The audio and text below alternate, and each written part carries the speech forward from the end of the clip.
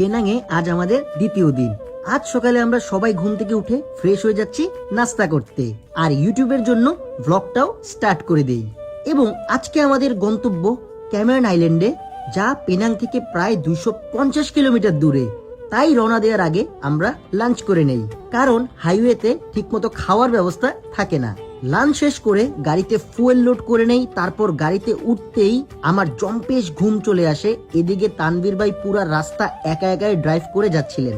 এরপর শুরু হলো আঁকাবাঁকা পাহাড়ি রাস্তা, একটার পর একটা টার্নিং। পুরো রাস্তাটা চলছিল একদম 100তে 100। পারফেক্ট ভিউ পাচ্ছিলাম রাস্তার পাশে দেখতে। কিছুক্ষণ পরে আমরা আমাদের হোটেলে পৌঁছে যাই। আজকের হোটেল আগে থেকেই বুক করা ছিল, তাই আগের দিনের মতো কোনো ঝামেলায় আমাদের পড়তে হয়নি। পৌঁছে সাথে সাথেই চেক ইন করে নেই। আজকের হোটেল আগের দিনের তুলনায় অনেক বড়, 3 বেডরুম। সবাই ফ্রেশ হয়ে নেই। ক্যামেরুনের আবহাওয়া বেশ ঠান্ডা, তাই সোয়েটার পরে বের হয়ে যাই লোকাল এরিয়াগুলো এক্সপ্লোর করার জন্য।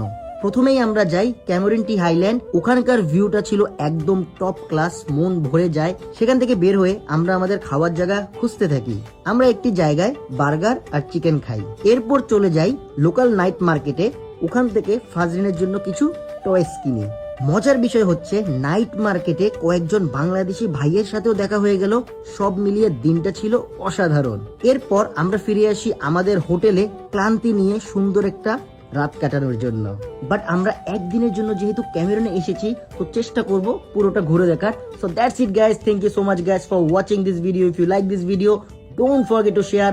আর হ্যাঁ গাইস, পুরো ভিডিওটা নিয়ে কিন্তু আমার ইউটিউব চ্যানেলে ব্লগ আসতেছে, বি রেডি ফর দ্যাট। আল্লাহ হাফেজ।